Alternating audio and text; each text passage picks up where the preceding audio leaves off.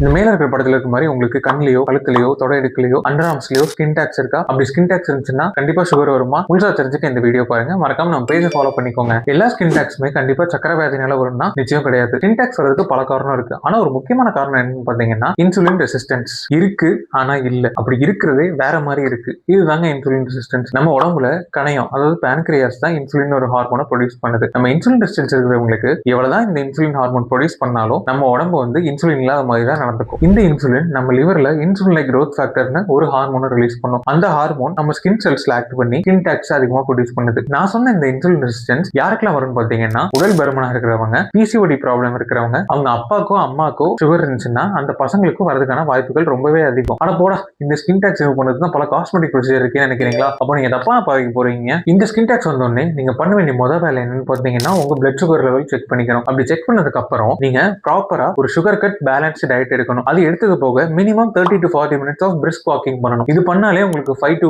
10% of weight loss இருக்கும்.